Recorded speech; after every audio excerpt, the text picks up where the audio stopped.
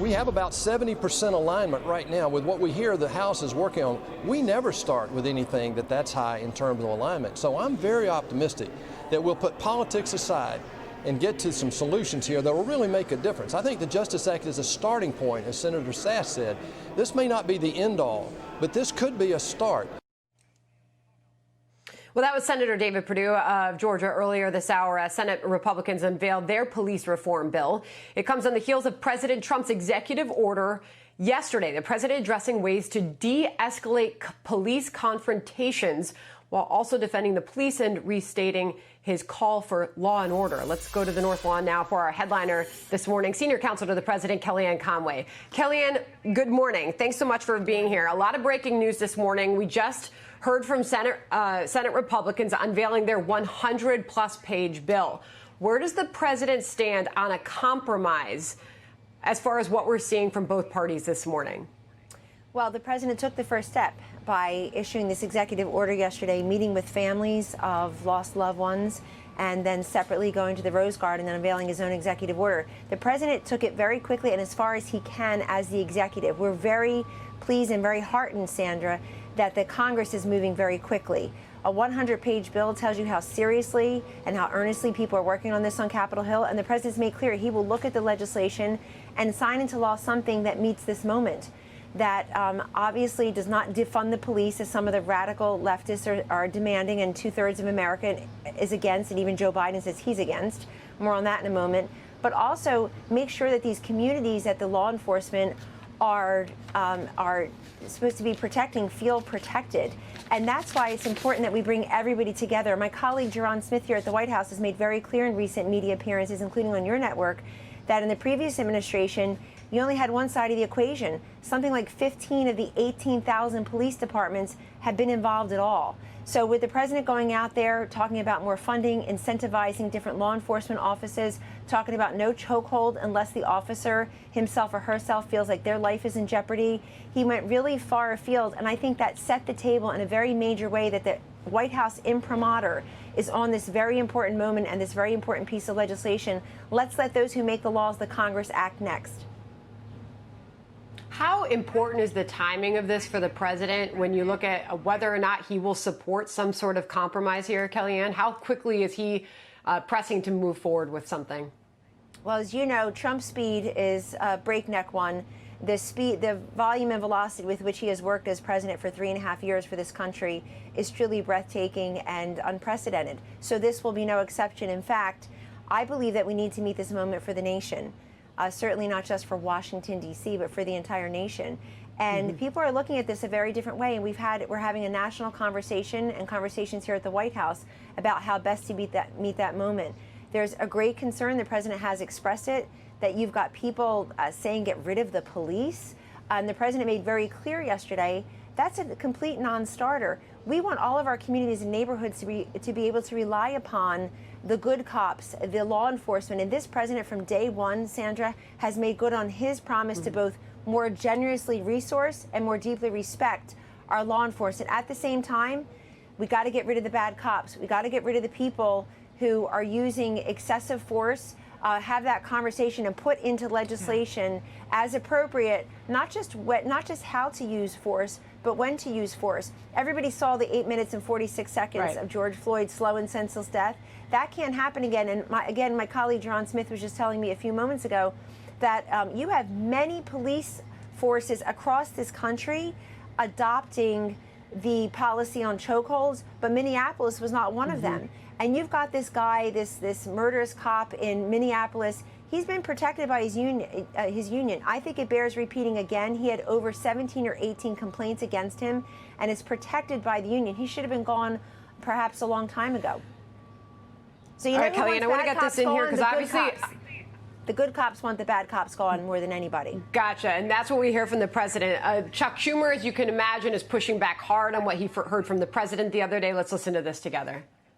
While the president has finally acknowledged the need for policing reform, one modest, inadequate executive order will not make up for his decades of inflammatory rhetoric.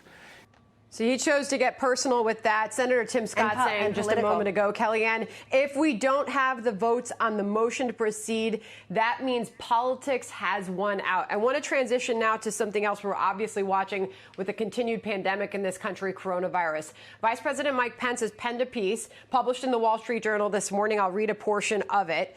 This isn't a coronavirus second wave, he writes, Kellyanne. He says, with testing, treatments, and vaccine trials ramping up, we are far better off than the media report. He's painting a very rosy picture of what we're seeing and saying that basically the American public is being misled as far as what we know about the spread of coronavirus and how bad it may be in this country. Is that perhaps too rosy of a picture, and is that in line with medical professionals advising the White House, Kellyanne? Well, a few things. The vice president has done an incredible job as the leader of the coronavirus task force. I've been in those meetings routinely. He's done a great job with both the medical and financial crisis. The president put him in that role because the president knew how important that role would be.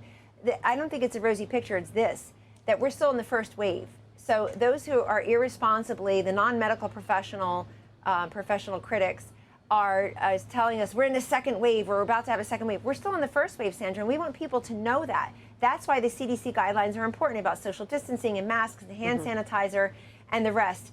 At the same time, we need to reopen our country. And what this vice president is making clear, and Dr. Fauci said yesterday, we're still in a first wave.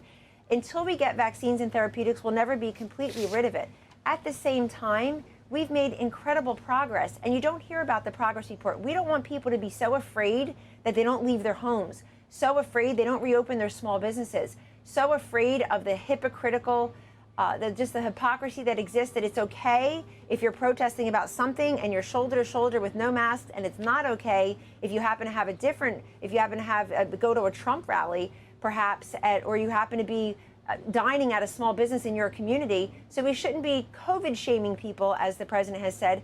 But we have been vigilant on this. We have worked round the clock for the last 3.5 months on this issue, being led by the vice president. He's made very clear that the number of deaths are going down, the number of cases are going down, our ICU and ventilator capacity, surging supplies is way up. But this president has done any number of things that only a president can do, working with the other G7 leaders on a global pandemic, working across the aisle, signing into law trillions of dollars of act, engaging the private sector to ramp up and repurpose their manufacturing plants to help meet this moment. The hospital reimbursements, we're paying for all uninsured COVID expenses and testing. It's just been an incredible across the government, across America approach. And we're not going to allow the critics and naysayers to get in the way of this. Sandra, I really have to just say something, since you mentioned Chuck Schumer and he politicized this. I'm sorry. He said Donald Trump has said things for decades. Excuse me. Let me quote Joe Biden. He said the following: I don't care why someone is a malefactor in society. I don't care why someone is antisocial. I don't care why they become a sociopath. Quote, we have an obligation to cordon them off from the rest of society, try to help them to try to change their behavior, but they are in jail. Go back. Everybody should go look at Joe Biden in the Senate floor as United States Senator in 1993, calling these people, quote, super predators on our streets who were beyond the pale and need to be locked up. His view of people in 1993, folks, this wasn't a teenager at Woodstock burning the flag or burning a bra. This was Joe Biden, a full-grown man in the United States Senate, calling people predators on the street who must be in jail. He has no credibility and no, honestly, no honesty on this. Well, there are people on both sides of the aisle but we're trying to help. This president did something yesterday that Vice President Biden never did. July of 2015, there's an article in my hand. It says that for President Obama, quote, police reform is a work in progress. You had 15 of the 18,000 police forces on board or engaged with at that time. I think what we showed yesterday, what Congress is showing now, Sandra, is that you get everybody involved, the community, the neighborhoods, the victims' families. Senator Tim Scott just said in that news conference, he said he believed it was the most presidential he had seen the president meeting with the victims and the victims' families of racial injustice. Final thoughts, Simon & Schuster's responding to this lawsuit from the Trump administration trying to stop John Bolton's memoir from being published. Why doesn't the White House want this published? Why doesn't the president want to see it published?